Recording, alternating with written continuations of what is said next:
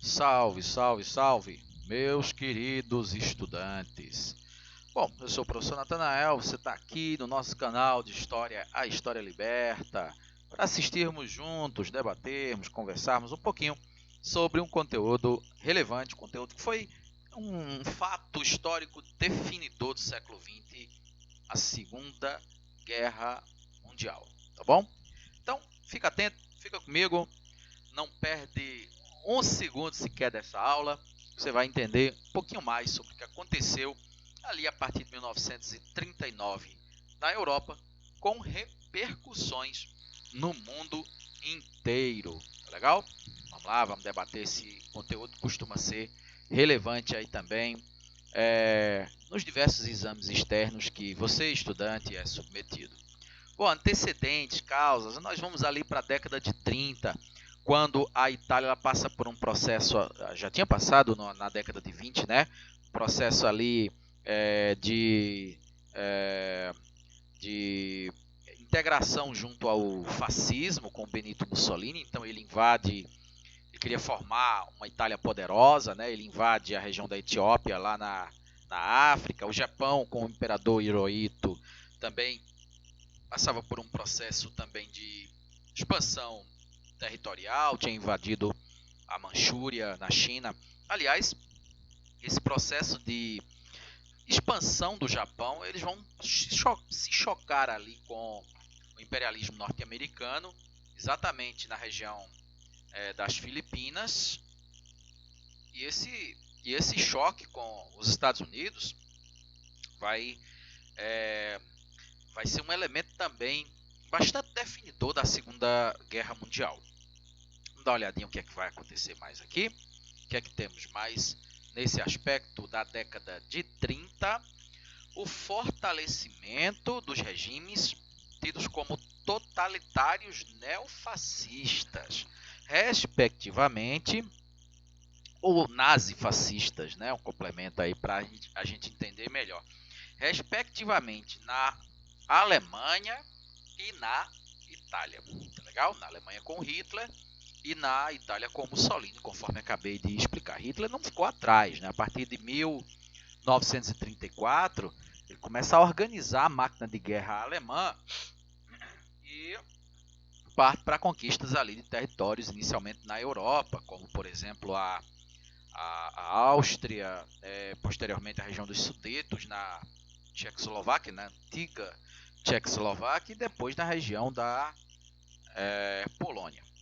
Próximo tópico que eu coloco aqui, ó, o desrespeito da Alemanha ao Tratado de Versalhes. A gente sabe que a partir de 1919, quando acabou a Primeira Guerra Mundial, a Liga das Nações, o equivalente à ONU, ela construiu ali o Tratado de Versalhes, que impôs aos alemães severas sanções, impôs aos alemães a responsabilidade pela guerra, então tinha indenizações a pagar aos países vencedores e a desmilitarização, né, dos alemães. Então, o Hitler, quando assume, a partir de 1934, ele vai passar por um processo ali de remilitarização da Alemanha. Isso é bem curioso, porque a Alemanha não podia ter um exército grande, aeronáutica, e o Hitler foi desobedecendo um a um os pontos do tratado e não acontecia nada. Eu vou explicar a você por que é que as nações capitalistas toleravam os desmandos e as desobediências de Hitler. Toleravam por uma razão muito simples, né? Um erro de avaliação. A Inglaterra, a França entendiam que o real inimigo deles era a União Soviética, eram os comunistas e não os nazistas. Isso se mostrou extremamente errôneo, né? Uma visão extremamente equivocada, dado o curso que os acontecimentos tomaram ali a partir de 1934 em diante. Inclusive os alemães eles vão ajudar as tropas espanholas do Francisco Franco na Guerra Civil Espanhola de 1936, fazendo com que a máquina de guerra alemã fosse testada numa situação real de combate. Então a máquina foi, inclusive, considerada aprovada por Hitler, que partiu dali em diante sem medo para a eclosão de mais uma guerra mundial, agora de proporções muito maiores, né? Gigantescas, nunca antes vistas. Está aqui a região da Itália e da Etiópia. Está aqui a região também da China e da Manchúria, respectivamente as regiões invadidas ali pela Itália e pelo Japão, que eu mencionei minutos atrás. E também a Alemanha invadindo a Áustria, a região dos Sudetos, a Tchecoslováquia e também a Polônia. Isso a partir de 1938 e 1939. Depois desses fatos, efetivamente começa a Primeira Guerra ou a Segunda Guerra Mundial. Bom, inicialmente os ingleses, sobretudo através do primeiro-ministro Chamberlain, Neville Chamberlain, ele tentou apaziguar, tentou colocar panos quentes, conseguiu de Hitler até algumas declarações que não faria mais isso, que não invadiria mais lugar algum, que não queria guerra, aquela coisa toda. Hitler já estava costurando com Stalin, não é? Aliás, foi uma surpresa para todos. Um acordo de não agressão, para o caso de uma guerra acontecer, estava completamente em blefe, né, com a Liga das Nações, mentindo descaradamente, deslavadamente, e o fracasso dessa política de apaziguamento gerou exatamente o início da guerra. Obviamente, o Hitler, com isso, ele vai ganhando mais confiança, né? Então, se a Inglaterra, se a França, se as potências capitalistas liberais ocidentais estão fazendo nada, eu vou continuar avançando, certamente pensava o ditador alemão. E aí houve a formação do eixo Roma-Berlim-Tóquio, né? O Pacto Anticomintern ou Anticomunismo, onde essas nações se comprometiam aí numa ajuda mútua militar, né?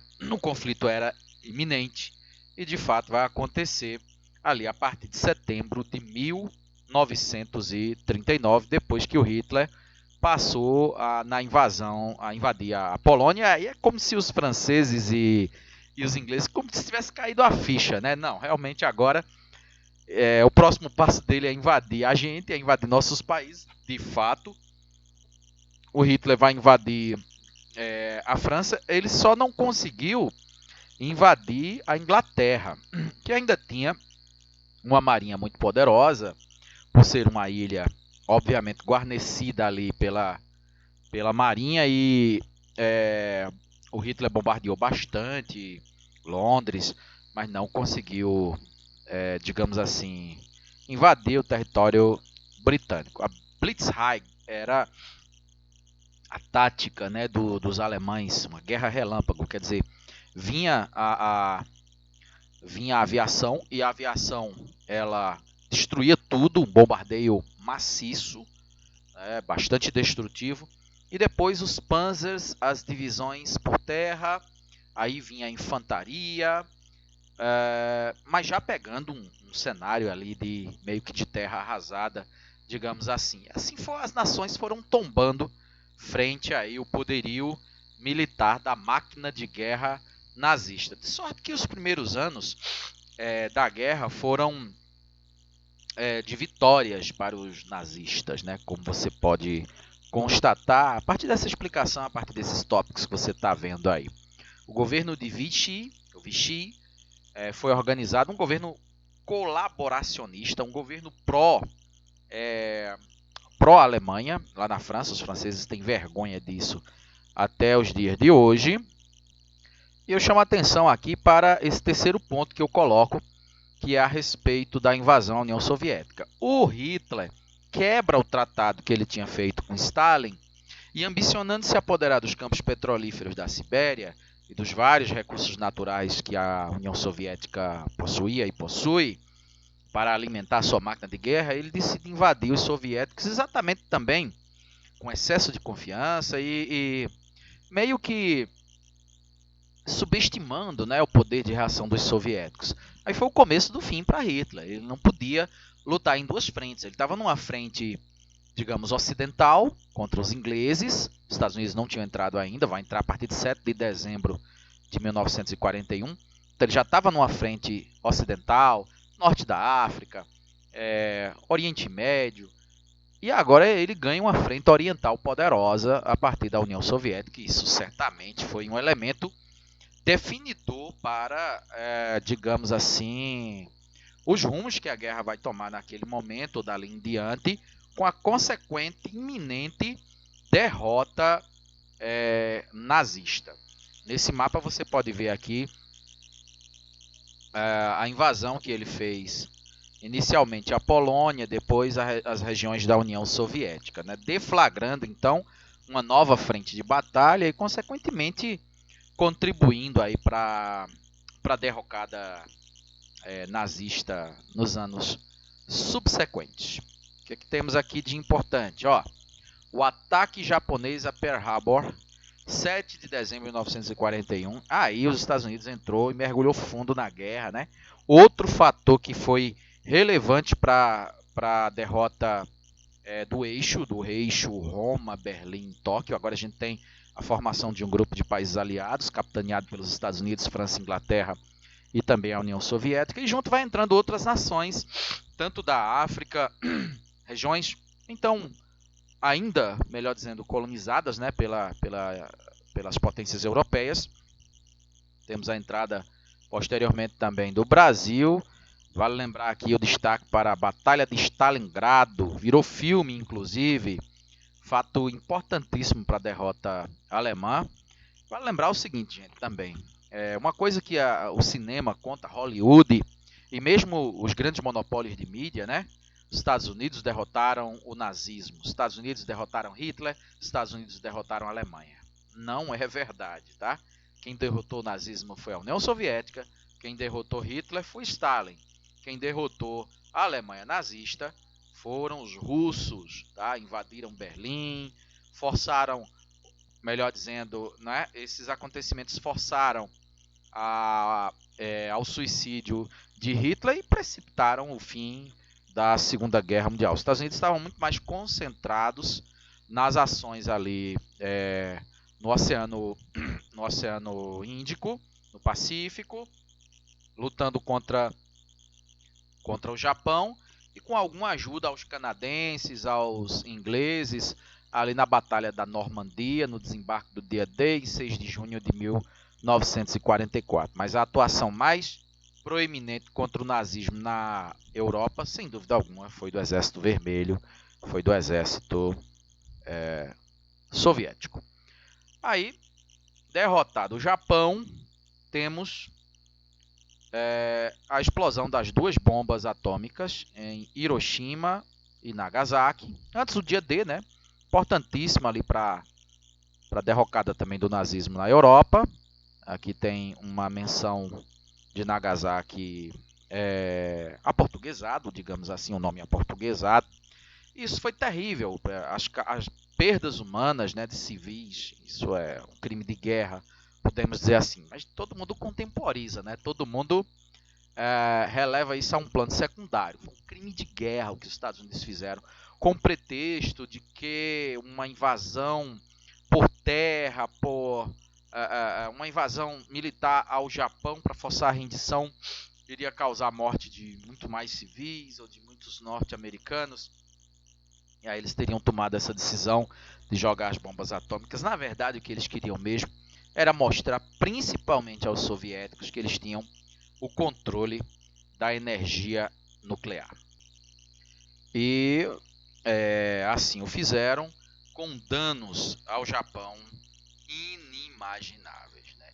Impensáveis. Todo mundo contemporiza, todo mundo relativiza isso. Consequências da guerra: 50 milhões de mortos. Lá na Primeira Guerra Mundial, a gente tinha tido aí um número, podemos dizer assim, 4, 5 vezes menor, ok? E também o Holocausto, né? O que os nazistas chamavam de solução final, o projeto que eles denominavam de solução final de extermínio das sub-raças, que eles chamavam, dos povos inferiores, sobretudo os judeus. Vale uma aula à parte, um capítulo à parte. É uma página aí tenebrosa da ação humana, né, sobre o seu semelhante, o que os judeus foram forçados a passar durante os anos de 1936, principalmente, quando se endurece mais as leis antijudaicas em território alemão e na Europa, até 1945, quando os principais campos de concentração foram invadidos pelos russos, principalmente, né? Treblinka e também Auschwitz, na Polônia. Bom, para concluir aqui os acordos de paz, nem coloquei todos, mas os principais, né? O Acordo de Teherã, já começa a construção ali a partir de 1943. Temos a Conferência de Yalta e depois temos a Conferência de Potsdam. Todas um propósito ali de dividir os espólios de guerra, né? A União Soviética e Estados Unidos emergem como potências mundiais, vão dividir não só o território alemão, suas antigas colônias, como também o poderio mundial, podemos dizer assim. E aí temos o início de um novo assunto, de uma nova era, que é a Guerra Fria. Eu fico por aqui, agradeço muito a atenção de vocês, convido-os todos a ler, se aprofundar no tema, que é muito valioso, resolver questões, que é importante para internalizar o assunto. Até a próxima, tamo junto.